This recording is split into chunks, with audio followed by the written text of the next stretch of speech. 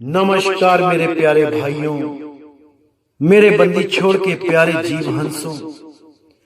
मैं सतगुरु बंदी छोड़ मालिक से यही अरदास करता हूं कि आप सब मेरे भाइयों का विवेक पहले से ज्यादा और ज्यादा से ज्यादा बढ़ता ही जाए और ऐसी कोई दुविधा न रहे जो आपको 1% भी भ्रम में डाल पाए। ऐसा कोई भी कारण ना बने जिस कारण आप सत्य ज्ञान को समझ ना पाओ। एक भी काल का दूत आपको भ्रमित ना कर पाए। कोई भी मनमुखी गुरु आपको भ्रमित ना कर पाए। बस मैं यही अरदास करूंगा उस बंदी छोड़ परमपिता परमात्मा से। और भाइयों, आपको बताना चाहूंगा कि अब मेरे भाई इतने जागृत हो गए हैं कि क्या बताऊं।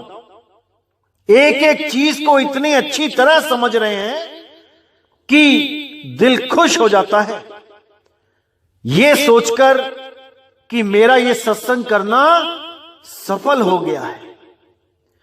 सब कंसेप्ट क्लियर होते जा रहे हैं, एक भी भ्रम दिमाग में नहीं रहता। इतने विवेकी हो गए हैं मेरे भाई लोग कि क्या बताऊं मैं। जब आप लोग फोन करके बताते हैं कि 20-20 साल, 30-30 साल, अरे 50-50 साल तक आप जिन पंथों में उलझे पड़े थे, अब हर चीज समझ में आ रही है कि कहां पे वो लोग आपको भ्रमित कर रहे थे। हर चीज समझ में आ रही है मेरे भाइयों के, बहुत खुशी होती है। लेकिन फिर भी मैं यही कहना चाहूंगा कि भाई सहज पके सो मीठा हो।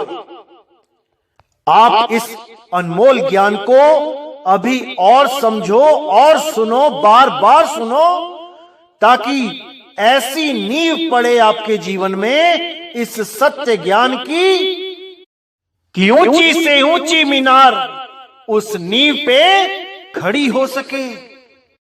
क्योंकि अगर नींव मजबूत नहीं है तो मेरे भाई कोई भी बिल्डिंग ज्यादा दिन नहीं टिक सकती।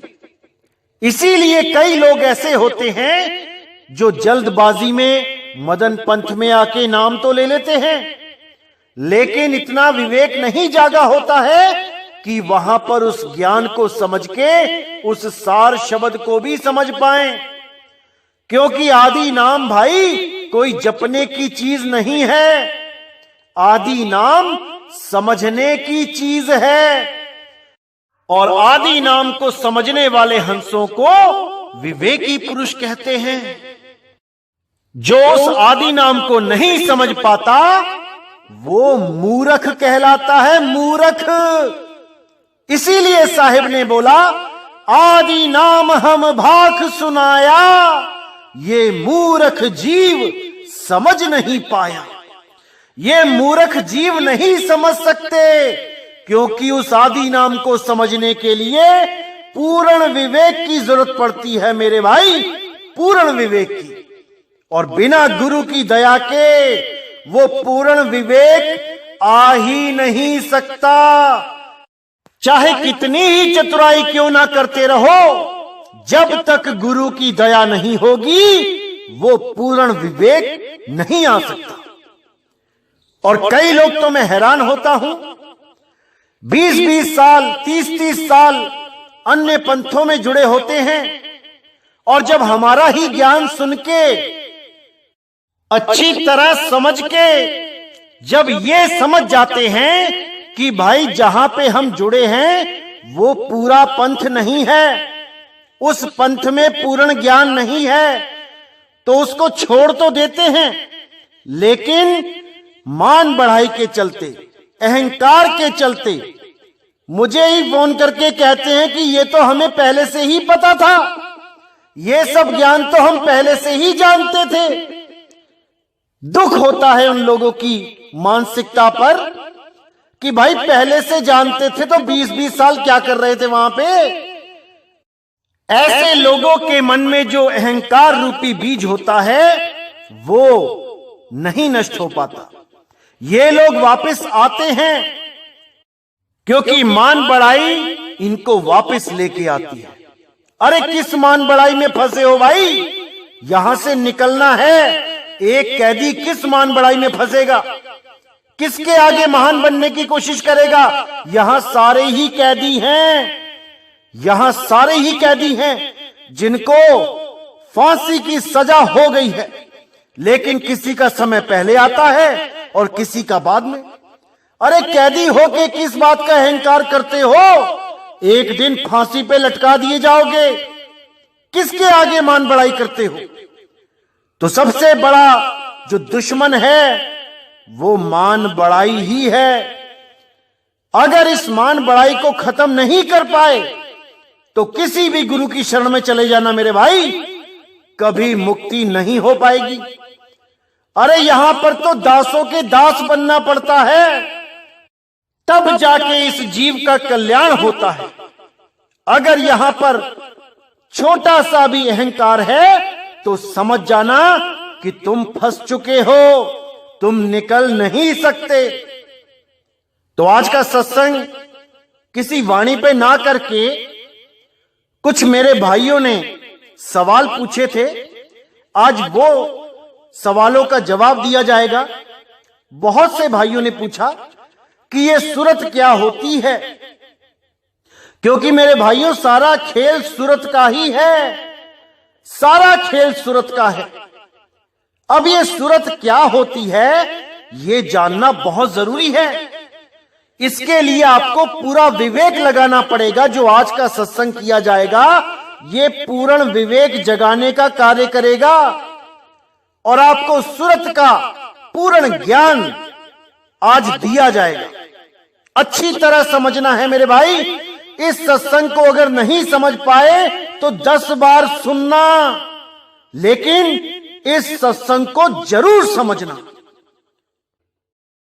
जैसा कि आपको पता है कि सतगुरु बंदी छोड़ कबीर साहब ने सबसे ज्यादा वाणियां सूरत और शब्द पर बोली, क्योंकि सूरत और शब्द ही वो चीज है जिसका हमें पूर्ण ज्ञान होना चाहिए।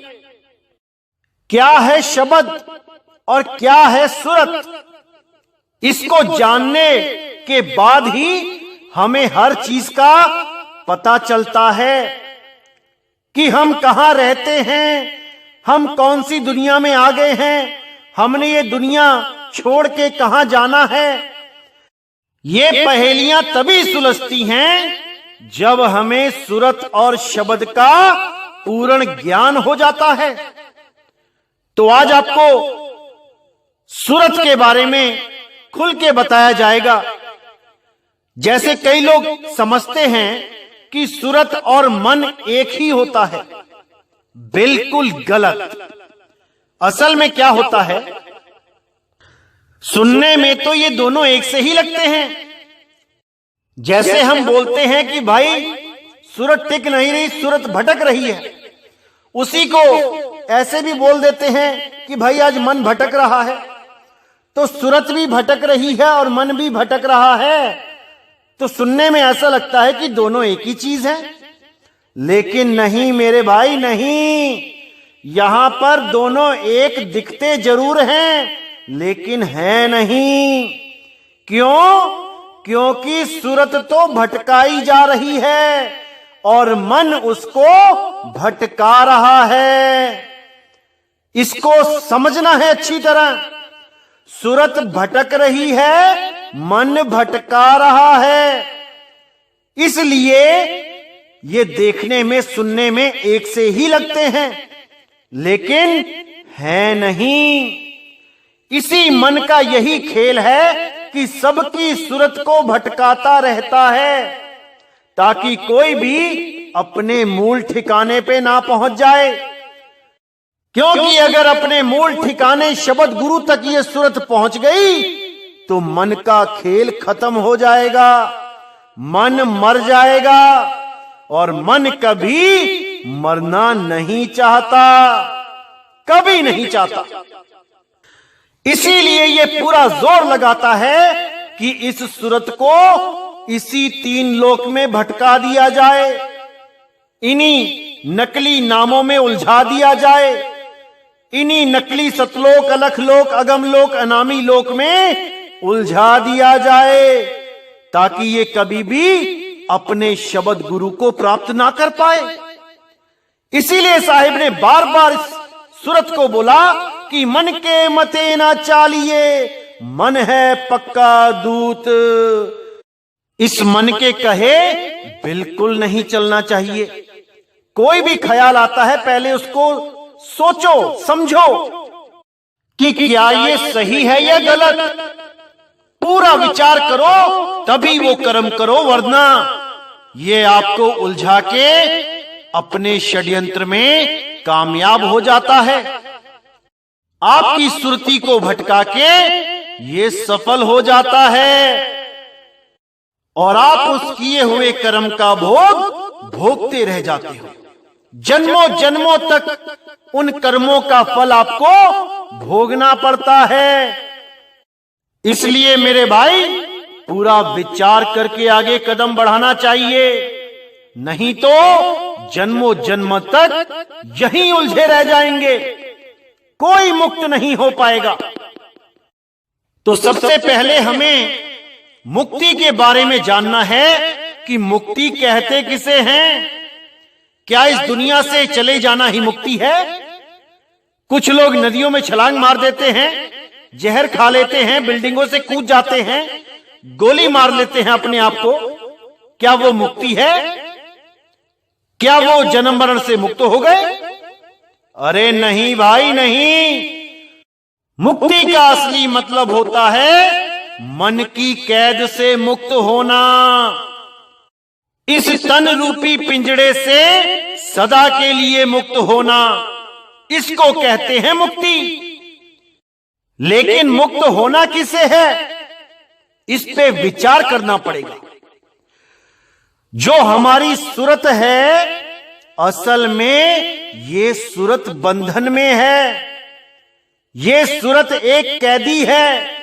इस 5 तत्व, 25 प्रकृति, 3 गुण के पिंजड़े में ये कैद है। कैसे छूटेगी ये, हमने इस पे विचार करना है। कहां है इसका असली घर, हमने इस पे विचार करना है, तभी ये मुक्त हो पाएगी। अन्यथा एक शरीर को छोड़ के दूसरे शरीर में चली जाएगी, दूसरे को छोड़ के तीसरे में चली जाएगी, और ये आना जाना सदा सदा के लिए चलता ही जाएगा।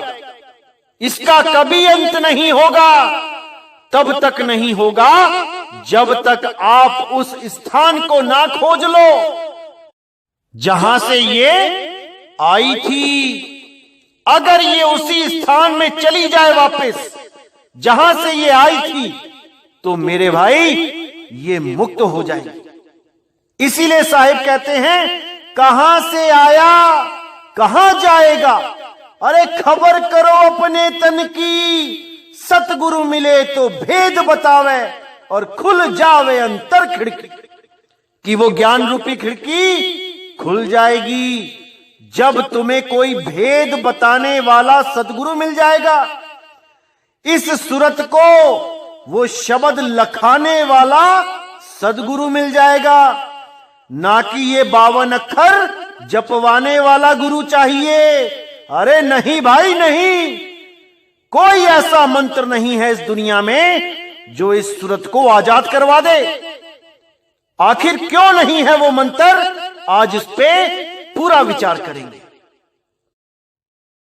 जैसा कि आप सबको पता है कि हम जिस दुनिया में रहते हैं, ये 5 तत्वों की एक विशाल दुनिया है, और इस 5 तत्वों की दुनिया में रहने के लिए हमें भी एक 5 तत्व का शरीर दिया गया है।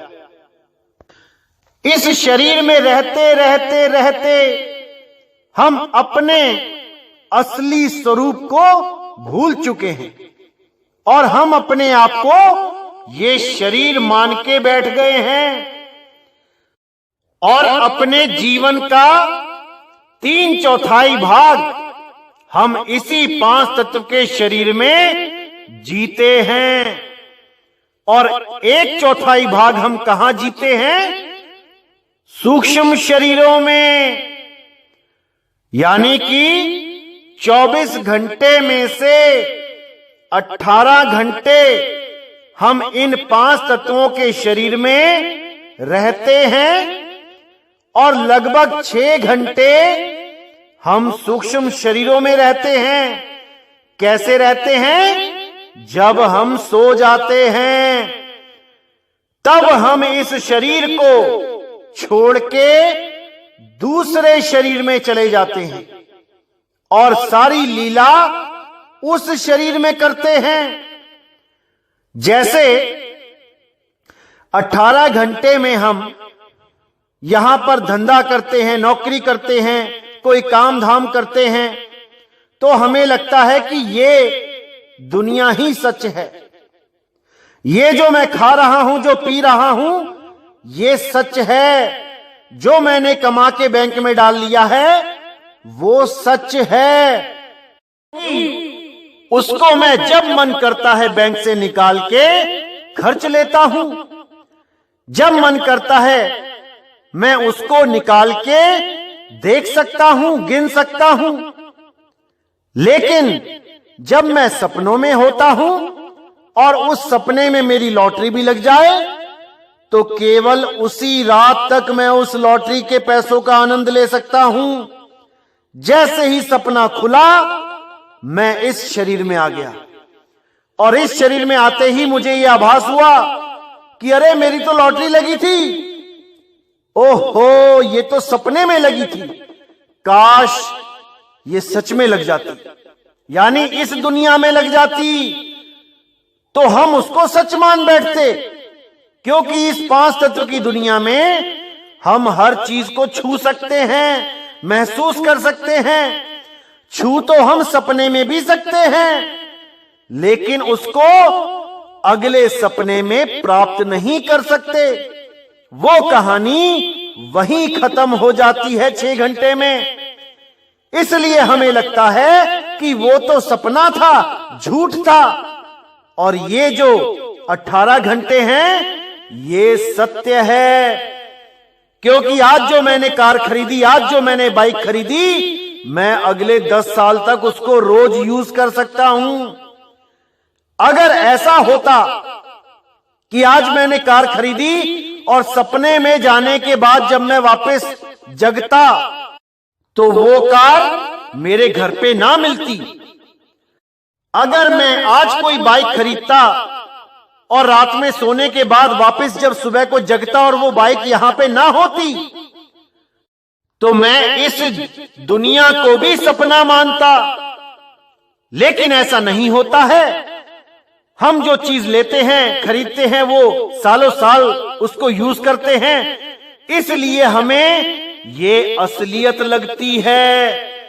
क्योंकि ये जड़ माया का इतना बड़ा जाल है जिसको बड़े बड़े राजा महाराजा, बड़े बड़े संत महात्मा, बड़े बड़े ऋषि मुनि नहीं समझ पाए। इस माया के जाल को वो भी नहीं समझ पाए, वो भी इस माया के द्वारा भ्रमित कर दिए गए। उनको भी समझ में नहीं आया कि ये मायावी लोक एक सपना है, ये असलियत नहीं है, ये सपना है। जो हम सो के देखते हैं वो भी एक सपना है और ये जागने वाला भी एक सपना है। दोनों ही सपने हैं। जैसे कोई शादीशुदा आदमी सपने में देखता है कि सपने में उसकी शादी तो किसी और से हो गई है और वो उसी औरत के साथ रहता है, उन बच्चों के साथ रहता है, उसका परिवार बदल जाता है। अब वो सपने में जी रहा है। 6 घंटे की जिंदगी वो उस सपने में उस अनजान परिवार के साथ बिता के आया है और जैसे ही वो उठता है तो वो अपनी कहानी अपनी घरवाली को भी नहीं बता पाता। क्या बताए कि किन लोगों के साथ 6 घंटे बिता के आ रहा है। उसको वो सपना मान के भूल जाता है, जबकि वो 6 घंटे भी उसके जीवन का ही अंश है। वो भी 6 घंटे जी के आ रहा है, लेकिन उसको सपना मान के भूल गया। अपना परिवार होते हुए भी उसका परिवार बदल गया। वो एक दिन में 2 परिवारों के साथ रहा, एक 5 तत्वों के शरीर के साथ रहा और दूसरा सूक्ष्म शरीर के। दोनों ही सत्य है, लेकिन दोनों ही झूठ भी है। असल में वो एक सपने में सपना देख के आया है। इस 5 तत्वों के सपने में एक सूक्ष्म शरीरों का सपना देख के आया है, तो ये सपने में सपना दिखाया जा रहा है। इन दोनों ही सपनों के बारे में आज विस्तार से बात करेंगे कि कैसे हमारी सूरत इन दोनों सपनों में उलझ के रह गई है। जैसे ही 5 तत्वों के शरीर से हटकर ये सूरत सूक्ष्म लोक में जाती है, स्वप्न लोक में जाती है, तो वहां पे नजारा ही कुछ और होता है। जैसे यहां पे मकान, दुकान, जंगल दिखाई देते हैं, वहां पर भी सेम दिखाई देने लग जाते हैं। कौन बनाता है उन मकानों को? कौन बनाता है उन जंगलों को? कौन बनाता है उन सागर को? कोई विचार नहीं करता। वहां देखते हैं कि जंगल में भटक रहे हैं और एकदम 10 शेर सामने खड़े हो गए। जैसे ही शेरों ने छलांग मारी, वैसे ही सूरत वहां से भागी और इस 5 तत्वों के शरीर में आके जागी। जैसे ही सपना खुला, पसीने से लथपथ, और ये मालिक से अरदास कर रहे हैं, हे भगवान, शुक्र है वो सपना था, शुक्र है वो सपना था। तो क्या हुआ था असल में? वहां पर जो शेरों के बीच में फंसी, उसी वक्त उसको याद आया कि मेरे पास एक और शरीर है जहां पे मैं दुनिया के काम करती हूं। वहां से भागी आई और इस शरीर में आके जाग गई, इस शरीर को जगा दिया, क्योंकि उसको पता था कि एक शरीर और है, इसलिए वहां से भागने में कामयाब हो गई। लेकिन जब ये शरीर छूटेगा तब कहां जाए? बस यही इसके बंधन का कारण है। अगर इसको पता चल जाए कि ये शरीर छोड़ के मैंने कहां जाना है, तो मेरे भाई इसको कोई पकड़ नहीं सकता, कोई पकड़ नहीं सकता। लेकिन ये जितने भी अधूरे गुरु हैं, ये काल के दूत, ये इसको ये समझने ही नहीं देते, ये जानने ही नहीं देते कि कहां जाना है। ये अधूरे गुरु इसको मंत्रों में उलझा देते हैं कि मंत्र जप जप के तू चली जाएगी अपने घर। ये अधूरे गुरु इसको नदियों में डुबकियां मरवाते हैं कि नदियों में नहा ले, तेरी मुक्ति हो जाएगी। ये अधूरे गुरु नाक पे ध्यान करवा देते हैं 10-10 साल कि तू नाक पे ध्यान करती रह, पार हो जाएगी। ये अधूरे गुरु हवन यज्ञ करवाते रहते हैं सारी उम्र कि तू हवन यज्ञ करती रह, एक दिन पार हो जाएगी। नहीं मेरे भाई, नहीं, यही बंधन है, क्योंकि ये नाक भी इसी सपने का हिस्सा है, क्योंकि ये मंत्र भी इसी सपने का हिस्सा है, क्योंकि ये हवन यज्ञ, नदी, नाले भी इसी सपने का हिस्सा है। और सपने में हमें कुछ भी दिखता है, वो हमें सपने से बाहर नहीं कर सकता।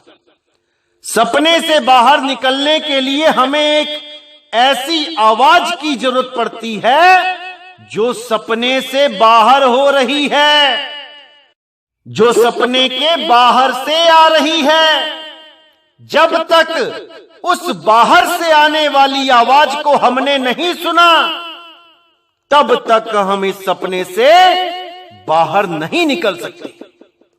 कैसे नहीं निकल सकते?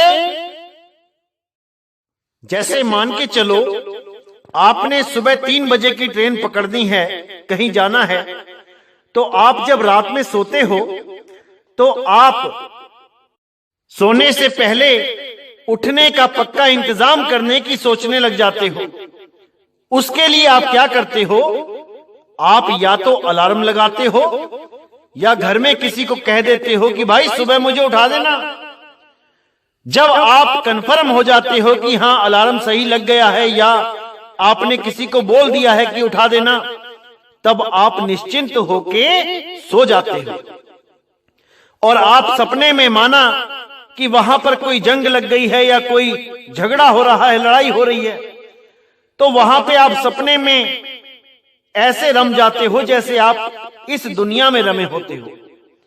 तो वहां पे अगर वहां झगड़ा हो रहा है, गोलियां चल रही हैं, बम फट रहे हैं, वो तब भी आपको बाहर नहीं निकाल सकते। आप वहीं सपने में रह जाते हो। वहां पर बहुत सी आवाजें सुनते हो, एक दूसरे से बातें करते हो, लेकिन सपने से बाहर नहीं आ पाते। सपने से बाहर कैसे आते हो? जब अलार्म बजने लगता है, टिक टिक टिक टिक टिक टिक, और यही आवाज आपको सपने में सुनाई देने लग जाती है, तब आपकी सूरत इस आवाज को सुनते ही सोचने लगती है कि ये आवाज कहां से आ रही है, इस सपने में ये आवाज कहां से आ रही है। और उस आवाज को पकड़ती हुई वो सपने से बाहर आ जाती है और बाहर आके वो देखती है कि ये तो अलार्म बज रहा है। तो वो अलार्म की जो आवाज है वो सपने से आपकी सूरत को खींच के बाहर ले आई, यानी उस अलार्म की आवाज ने आपको सपने से जगा दिया। इसलिए जगा दिया क्योंकि वो सपने के बाहर से आ रही थी, वो सपने की आवाज नहीं थी।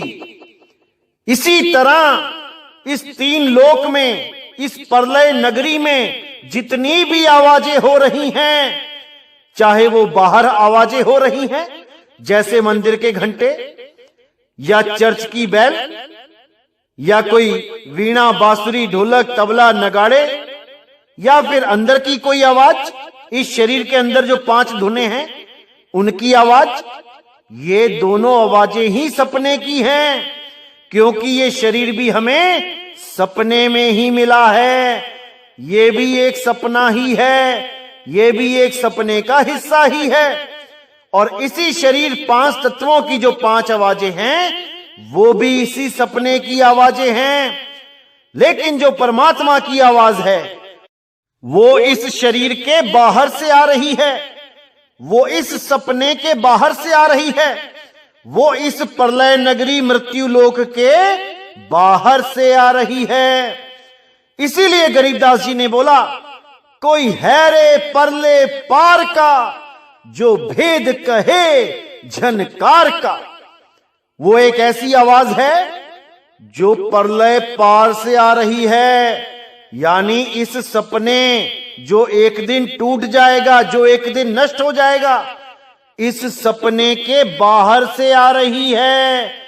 उसको समझना है, उसको जानना है, उसको सुनना है, वही हो जाना है। धुन में धुन मिल जानी है और धुन स्वरूप ही हो जाना है। इसी को मुक्ति कहते हैं। मुक्ति का मतलब यह नहीं कि आपने शरीर छोड़ दिया और दूसरे शरीर में चले गए, या ये शरीर छोड़ दिया और सतलोक में चले गए, ये शरीर छोड़ दिया और स्वर्ग नरक में चले गए। ये मुक्ति नहीं है। मुक्ति का मतलब है इन सब लोकों को छोड़ के शब्द में सूरत को लगा लेना और शब्द ही हो जाना। जिसके लिए साहेब ने बोला, हम हैं शब्द शब्द हम माही, शब्द से भिन्न और कछु नहीं, शब्द न बिन से देही, कहें कबीर हम शब्द से नहीं। कि भाई मैं देहों का प्रेमी नहीं हूं, मैं शरीरों का प्रेमी नहीं हूं, मैं शब्द का प्रेमी हूं। शब्द का कभी नाश नहीं होता और देह कभी रहती नहीं है, इसने तो नाश हो ही जाना है। इसलिए किसी भी प्रकार की देह हो, कबीर साहब हर प्रकार की देह का खंडन करते हैं। अगर आप जागना चाहते हो तो इसी स्थूल देह में जाग जाओ। यह जरूरी नहीं कि आप स्थूल से सूक्ष्म, सूक्ष्म से कारण, कारण से महाकारण, केवल हंस देही प्राप्त करते हुए जाओगे तब जागोगे। अरे आप एक शरीर से दूसरे शरीर में ट्रांसफर हो रहे हो भाई। सीधे जागना है, अभी के अभी जागना है। सूक्ष्म शरीरों में जाने का मतलब है कि आपको सपने में सपना दिखाया जा रहा है। ये जितने भी अधूरे गुरु हैं, ये सब आपको सपने में सपना दिखा रहे हैं कि आंखें बंद करके बैठ जाओ, त्रिकुटी में ध्यान लगाओ, इंगला पिंगला सुषमाना में जाओ और वहां पे ज्योत स्वरूपी के दर्शन करो, गुरु के दर्शन करो। ये सब अज्ञान है भाई, अज्ञान।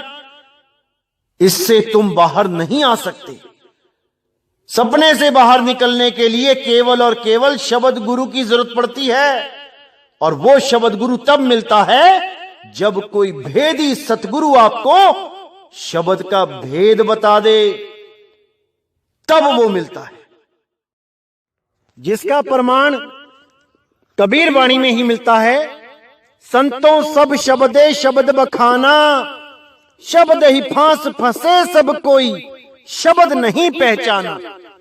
उसी में आप देखेंगे तो राजा जनक जी क्या साधना करते थे उसके बारे में विस्तार से बताया है, और मुद्रा भी बताई है कि कौन सी मुद्रा में राजा जनक जी साधना किया करते थे। अष्टावक्र जी से नाम लेके, और कई पंथ तो कहते हैं कि अष्टावक्र जी मुक्त हो चुके हैं, अष्टावक्र ही सतगुरु हैं, पूर्ण गुरु हैं। कबीर पंथियों का भी ये हाल है कि वो वाणी को पढ़ते समझते ही नहीं हैं। बस जैसा लोकवेद, जैसा उनके गुरुओं ने बता दिया, बस आंख मूंद के उस पे विश्वास करके बैठ जाते हैं। आज कबीर साहब के नाम पे भी इतने पंथ चल रहे हैं जो हवन यज्ञ तक कराते हैं और बोलते हैं कि इससे ऑक्सीजन बनती है। अरे भाई, अगर हवन यज्ञ से ऑक्सीजन बनती है तो फिर क्लोरोफिल और फोटोसिंथेसिस से क्या बनता है? पता नहीं कहां ये समाज सोया पड़ा है।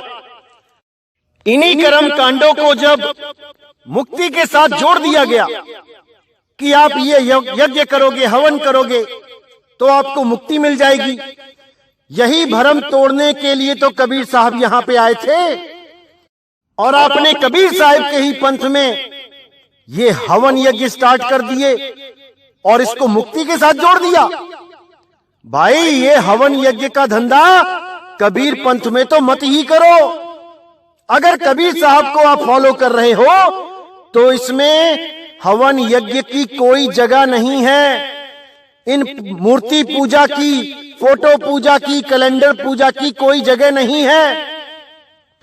अगर आप कबीर साहब की भी मूर्ति की पूजा करते हो, उसको परमात्मा मान के, तो आप अभी कबीर साहिब की बातों को समझ ही नहीं पाए।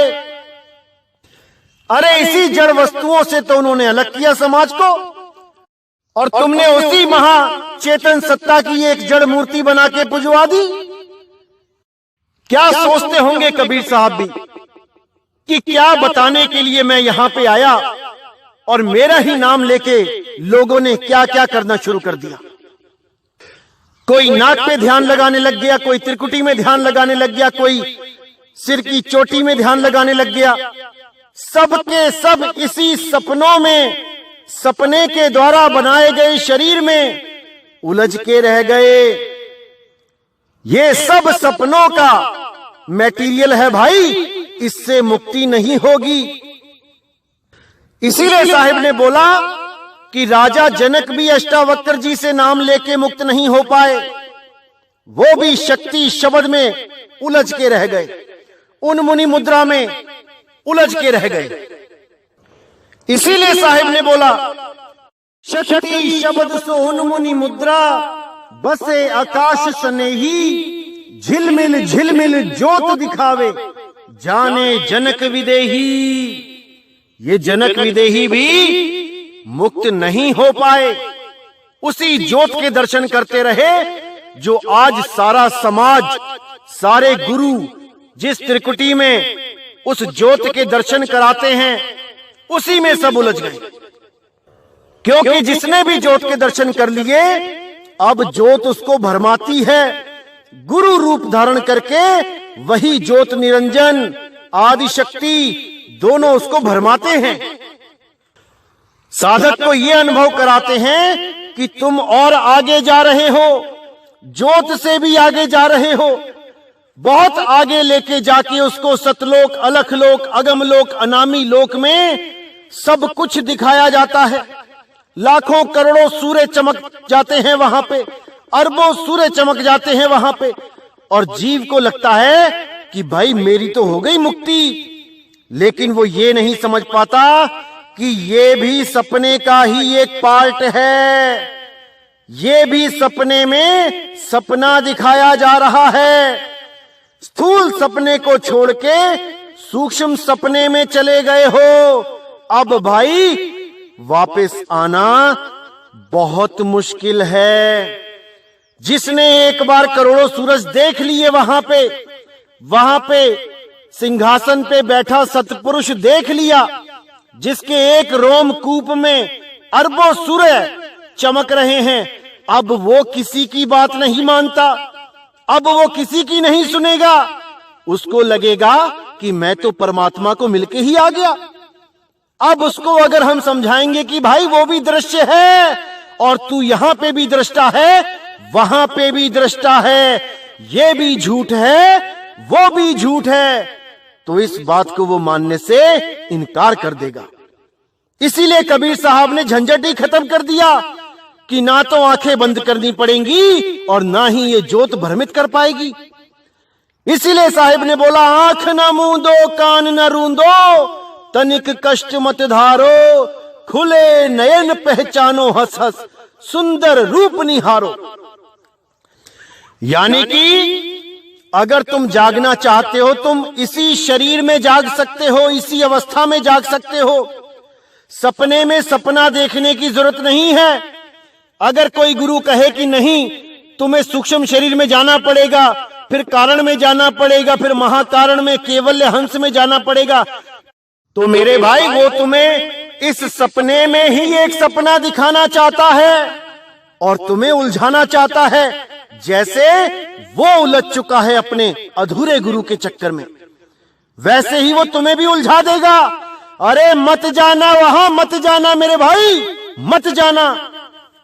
जागना चाहते हो तो यहीं जागो, इसी देह में जागो, किसी और देह में जाने की जरूरत नहीं है।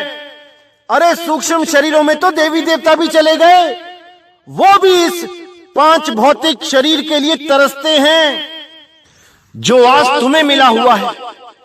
क्योंकि सूक्ष्म शरीरों में जाके भी वो मुक्त नहीं हो पाए, वो फिर अरदास करते हैं कि हे भगवान, हे परमात्मा, मुझे इंसानी जन्म दो ताकि दोबारा मैं परख कर सकूं सत्य की और मैं दोबारा कभी सूक्ष्म शरीरों में ना आऊं। इसीलिए साहिब ने बोला, इस देही को सिमरे देव, सो देही कर हर की सेव। इस देही को देवी देवता भी सिमरते हैं, वो भी तरसते हैं कि हमें इंसान जन्म मिल जाए ताकि हम इसी शरीर से सीधे जाग जाएं, ना कि एक सपने को छोड़ के दूसरे सपने में चले जाएं। तो मेरे भाई अच्छी तरह समझ लो क्या समझाना चाहता हूं। अगर सूरत गलती से भी स्थूल से सूक्ष्म में चली गई तो वापस आना बहुत मुश्किल हो जाएगा मेरे भाई, बहुत मुश्किल हो जाएगा। समझ जाओ मेरे भाई, इसको समझ जाओ, क्योंकि सारा खेल ही सूरत का है। सूरत को जहां पे भी आनंद आता है, ये वहीं को भागती है। इस मन के द्वारा जितने भी आनंद दिए जाते हैं, उनको ये छोड़ नहीं पा रही। कैसे छोड़ेगी? जब इसको शब्द गुरु का आनंद आएगा, जब इसको वो परम आनंद आएगा और वो इसी स्थूल शरीर में ही उस अवस्था को प्राप्त करेगी जिसे प्राप्त करने के लिए सूक्ष्म कारण महाकारण में नहीं जाना पड़ेगा, astral causal super causal body में नहीं जाना पड़ेगा। अरे इसी शरीर में जागोगे, इसी शरीर में जागोगे। बस तुम्हें कोई जगाने वाला चाहिए, ऐसा गुरु चाहिए जो इस सपने से जगा दे, ना कि इस सपने में ही दूसरा सपना दिखा दे कि तुम एस्ट्रल कॉजल बॉडी में विचरण कर रहे हो। अरे वो जागना नहीं है भाई, वो जागना नहीं है। उसमें भी तुम भ्रमित हो, उसमें भी तुम एक पॉइंट से दूसरे पॉइंट की तरफ जा रहे हो। तुम सतलोक से अलग लोक का सफर कर रहे हो, अलग लोक से अनामी लोक का सफर कर रहे हो। अरे जो सफर तुम यहां कर रहे हो वही सफर तुम वहां कर रहे हो। सफर नहीं करना है, ना हिंदी का सफर करना है ना अंग्रेजी का, तो क्या करना है? अचल अवस्था को प्राप्त करना है, अचल, यानी कि उस अवस्था को प्राप्त करना है जिस अवस्था को प्राप्त करके सूरत का भागना बंद हो जाए। अब ये कहीं ना आए ना जाए, स्थिर हो जाए अपने शब्द गुरु में। और जैसे ही वो स्थिर हो गई भाई, तुम्हारी मुक्ति हो गई। अब तुमने कहीं आना जाना नहीं है। इसीलिए बोला गया, आवे ना जावे जन्मे नहीं मरे, सोई निज पीव हमारा हो, सोई निज पीव हमारा हो। हमारा गुरु वो है जो आता जाता नहीं है।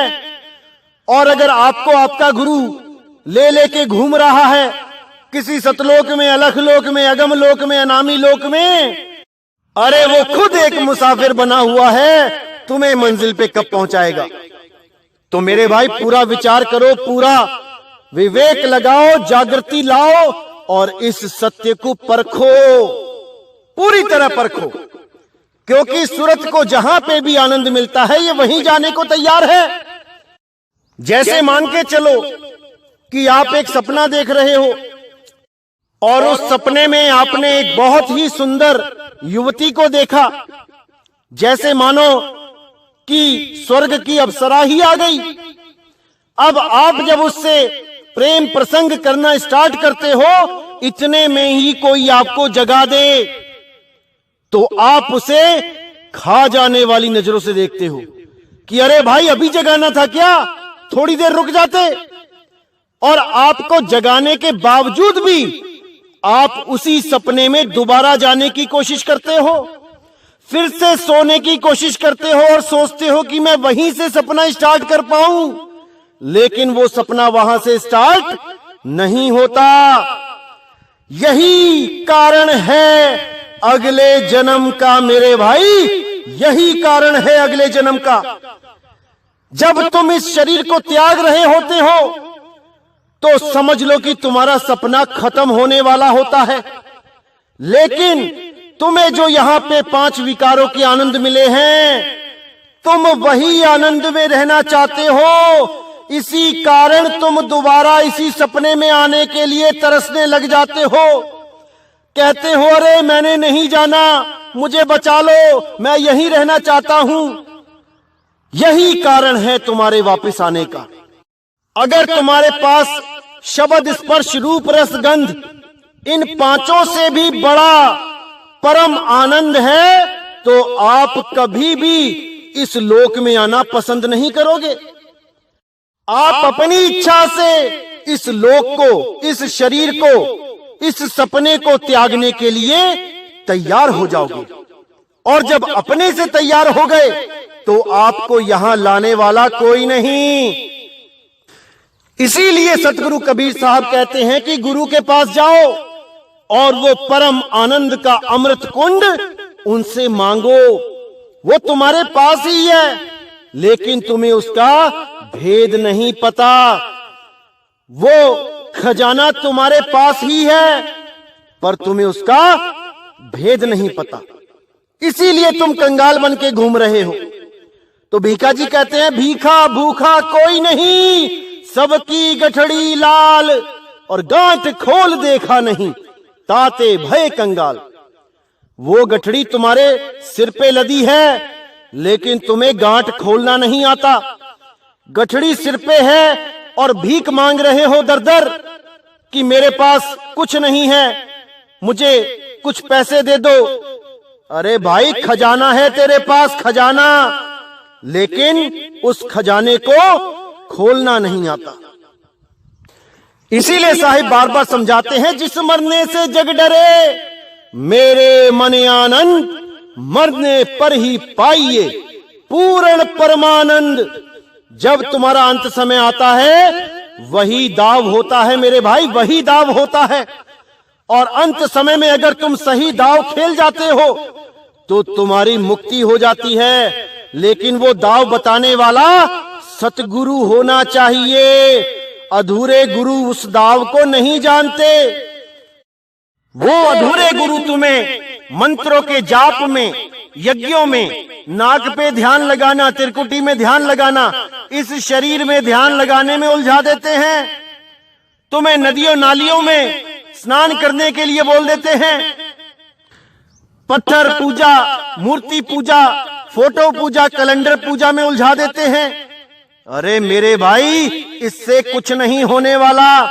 ये सब सपने में ही पैदा हुए और सपने में ही नाश हो जाएंगे। उस गुरु को ढूंढो जो इस सपने से परे है, जो इस सपने में पैदा नहीं हुआ। इस सपने के पैदा होने से पहले भी वो था, और ये सपना टूट जाएगा तब भी वो रहेगा। तो मेरे भाई, अच्छी तरह समझ लो, ये मोटी माया और झीनी माया का क्या खेल है।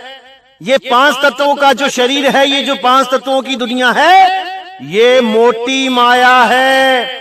और सूक्ष्म शरीरों का जो खेल है, वो झीनी माया है, झीनी माया है। तो आपने इन दोनों माया के जाल को अच्छी तरह समझ जाना है, क्योंकि दुश्मन को समझोगे, दुश्मन को पहचानोगे, तभी जंग जीतोगे। आज सारे समाज में सब काल काल करते नहीं थकते, आओ तुम्हें काल से बचा ले, आओ तुम्हें काल से बचा ले। अरे कभी काल देखा है क्या? कैसा होता है काल? किसने देखा है काल? एक भी गुरु मेरे सामने आके खड़ा हो जाए जिसने काल को देखा है। बातें बड़ी बड़ी करेंगे, लेकिन भेद नहीं जानते, भेद नहीं जानते। कोई कहता है काल के सिर पे पैर रखवा दूंगा, ओम सोहम सत्य कबीर मंत्र जपाऊंगा तो काल आएगा और सिर झुका देगा। अरे भाई, क्यों भरमाते हो दुनिया को? अरे वो काल ऐसा नहीं है कि वो तुम्हारे 3 मंत्र सुन के वो सिर झुका देगा। बड़े बड़े ऋषि मुनि पीर पैगंबर उस काल से पार नहीं पा पाए। तुम्हारे ये 52 अक्षरी 3 मंत्र उस काल को क्या झुकाएंगे? अरे इन 3 मंत्रों से किसी कुत्ते को भगा के दिखा देना, काल तो बहुत दूर की बात है। क्यों मूर्ख बनाते हो भोले समाज को? अरे भाई, इन 52 अक्षरों से कुछ नहीं होने वाला, कुछ नहीं होने वाला। साहिब कहते हैं, काल के माथे पांव दे सतगुरु के उपदेश, और साहिब बाह पकड़ के ले चले अपने देश। सतगुरु के उपदेश के वक्त ही काल के सिर पे पैर धरवा दिया जाता है। वो गुप्त भेद बता दिया जाता है कि कैसे काल के सिर पे पैर रख के हमने अपने निज धाम को जाना है, ना कि ये मंत्र जपते रहो और फिर काल आएगा, सिर झुकाएगा, तब उसके सिर पे पैर रख के जाएंगे। ये सब मूर्खतापूर्ण बातें हैं भाई। इसका सत्य से कोई लेना देना नहीं। सत्य भेद तो कुछ और है, उसको कोई बिरला ही जानता है, क्योंकि सब के सब इस मोटी माया और झीनी माया में उलझ गए। महाभारत में देखिए, 5 भाइयों ने कृष्ण जी के कहने पे अपने सारे रिश्तेदारों का कत्ल कर दिया। दादा मार दिए, मामा मार दिए, चाचा मार दिए, भतीजे मार दिए, सबको मार दिया। उसके बाद क्या हुआ? अब लगे वो मामा दादा भतीजे सपनों में आने। 5 भाइयों को सोने तक नहीं दे रहे थे। सोने को तरस गए पांचों भाई। ऐसा ब्रह्म हत्या का दोष लगा उनके सिर पे कि सोने को तरस गए। कृष्ण जी के पास गए, बोले महाराज कुछ हल करो। तब कृष्ण जी ने क्या बताया कि जाओ एक ऐसा साधु ढूंढ के लाओ जो परमात्मा का सच्चा भगत है, जिसके पास सार शब्द है, जो परमात्मा की भक्ति करता है, ना कि इस मोटी माया और झीनी माया की। अगर उसने आके भोजन स्वीकार कर लिया तो आकाश में से 7 घंटे बजेंगे, तभी तुम्हारा ये दोष खत्म होगा। तो कृष्ण जी के कहने पे उस युग में जितने भी संत महात्मा थे सबको भोजन करवा दिया। वो घंटा नहीं बजा, उन्होंने कृष्ण जी को भी भोजन करा दिया, वो घंटा तब भी नहीं बजा। तब सब हैरान हो गए कि स्वयं परमात्मा रूप जो कृष्ण जी इस दुनिया में आए हैं, उनके भोजन ग्रहण करने के बाद भी घंटा नहीं बज रहा है। तो वो साधु कैसी साधना कर रहा होगा जो साधना कृष्ण जी भी नहीं कर रहे हैं, क्योंकि कृष्ण जी ने ही बोला कि वो परमात्मा का सच्चा भगत है, उसका भोजन करना आवश्यक है। अब लगे फिर अरदास करने की, महाराज आप ही बताओ वो कौन है। तब कृष्ण जी ने इशारा किया कि भाई एक भगत है संत सुदर्शन सुपच, जो करुणामय संत का शिष्य है। करुणामय यानी कि कबीर साहब जब द्वापर युग में आए थे करुणामय के नाम से, तब संत सुपच उनके ही शिष्य थे और सार शब्द गुरु का भजन करते थे, भक्ति करते थे। तब जब उनको बुलाया गया और उन्होंने दया करके इनके पास भोजन करना स्वीकार किया, क्योंकि ये राजाओं के यहां भोजन नहीं करते थे। पांचों पांडवों के बार बार जाने पर भी वो ना माने, लेकिन जब द्रौपदी वहां गई और साधु जी से बोली कि महाराज हमारे घर भोजन करें, तब उन्होंने कहा कि देखो मैं राजाओं के यहां भोजन नहीं करता, क्योंकि उनकी गतिविधियां सही नहीं होती। वो भोग विलास में डूबे होते हैं, बड़े बड़े युद्ध करके हजारों लाखों जीवों को खत्म करते हैं, केवल अपने साम्राज्य को बढ़ाने के लिए, उस लालच में। तब द्रौपदी बोली कि हे महाराज, मैंने सुना है कि संत के दर्शन करने के लिए हम अगर एक कदम भी बढ़ाते हैं तो हमें हजारों यज्ञों का पुण्य प्राप्त होता है, और मैं तो आपके पास हजारों कदम चल के आई हूं, तो सोचो कितना पुण्य प्राप्त हुआ होगा मुझे। ये मेरा सारा पुण्य आप ले लें और मुझे केवल एक बार चल के भोजन स्वीकार करने का आशीर्वाद दें। द्रौपदी का भाव देखकर वो महात्मा उनके साथ चल पड़े। लेकिन जब भोजन किया तो कैसे किया? 56 प्रकार का भोग एक ही थाली में मिला लिया और ग्रहण करने लगे। द्रौपदी ने सोचा कि रहा फकीर का फकीर, अगर थोड़ा भी राजसी ठाठ बाट से अटैच होता तो आज जान पाता कि खाना कैसे खाते हैं। अलग अलग सब्जियों को अगर खाता तो कितना स्वाद आता, अलग अलग सब्जी का अलग अलग स्वाद आता, 56 प्रकार का स्वाद लेता। लेकिन इसने तो 56 भोजन को एक में ही मिला दिया। अब किसका स्वाद लेगा? ये तो बेस्वाद हो गया सब। अब इतना ही सोच रही थी, मन में विकार आ गया, तो भोजन करने के बाद भी घंटा नहीं बजा। अब फिर सब एक दूसरे का मुंह देखने लगे कि ये क्या हो गया। तब कृष्ण जी ने दिव्य दृष्टि से देखा कि द्रौपदी के मन में ये क्या आ गया भाई, ये तो इसने अनर्थ ही कर दिया। तो कृष्ण जी द्रौपदी को समझाने लगे कि जाकर इस महात्मा से माफी मांगो। अगर इस महात्मा से माफी नहीं मांगी तो वही दयनीय स्थिति में रहना पड़ेगा, सोने को तरस जाओगे, सोने को। तब द्रौपदी ने देर ना करते हुए उस संत के चरणों में अपना सिर रख दिया और संत ने उसको दया करके माफ कर दिया। तब जाकर वो पांचों पांडव चैन की नींद सो पाए। लेकिन मेरे भाई पाप से मुक्त वो तब भी नहीं हो पाए। आप देखिए महाभारत का अंत, चारों भाइयों को नरक में डाल दिया गया, केवल युधिष्ठिर को ही स्वर्ग का वास हुआ।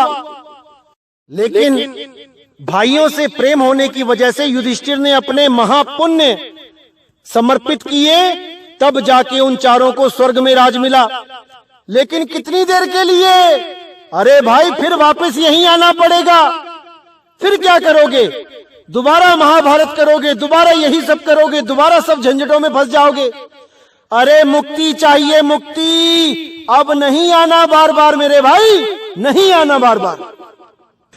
तो उस मुक्ति के लिए केवल शब्द गुरु ही सहाय है, बाकी सब उलझाने वाले हैं, आस लगवाने वाले हैं। तुम्हारी आस शरीरों में लगवा देंगे, तुम्हें भी शरीर बताएंगे और तुम्हारा गुरु भी शरीर घोषित कर देंगे, क्योंकि ये देही गुरु विदेही गुरु को नहीं जानते कि विदेही गुरु क्या होता है। इसीलिए साहिब ने कहा, देही नाम सब कोई ध्यावे, विदेही नाम कोई बिरला पावे। ध्यान विदेह और नाम विदेहा, दो लख पावे मिटे संदेहा। समझ जाओ मेरे भाइयों, इसको समझ जाओ। तो मेरे भाइयों, जो भी आपको समझाया जा रहा है अच्छी तरह समझ लो, क्योंकि ये जीवन आपका है, ये जीव आपका है।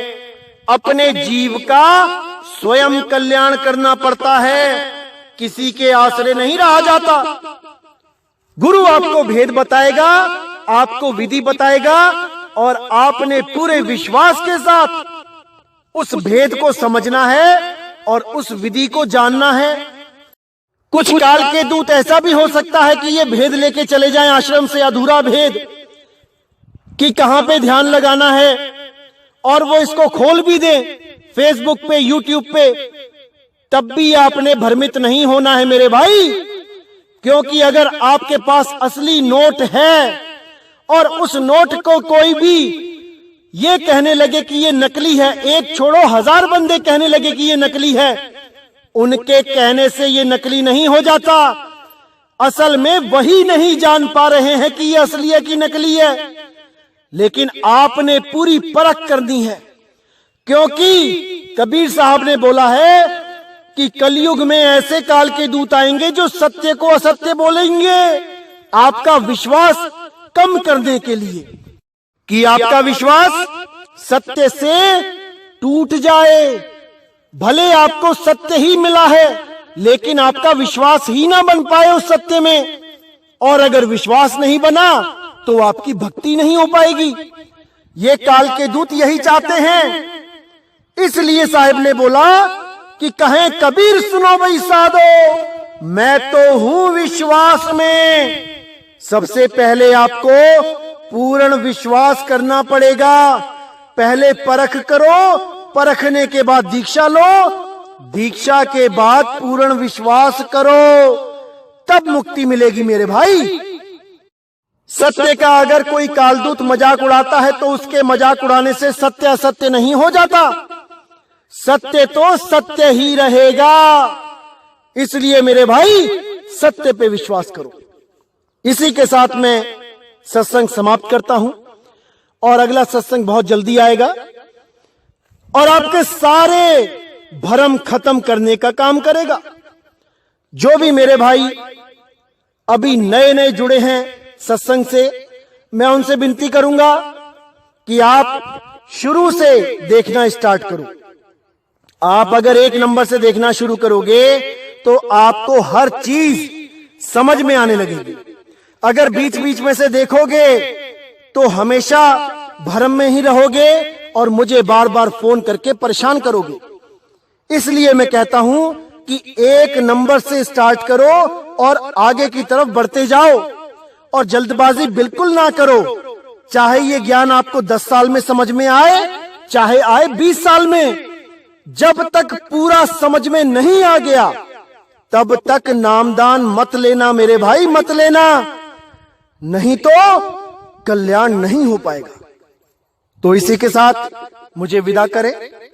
जय गुरु बंदी छोड़ वैराग साहिब, जय गुरु बंदी छोड़ साधु शरण साहिब, जय गुरु बंदी छोड़ बाबा मदन साहिब, बाबा नानक साहिब, बाबा गुरु अंगद देव साहिब, बाबा रविदास जी, बाबा धर्मदास जी, बाबा पलटू साहिब, भीखा साहिब, मेरे सभी संत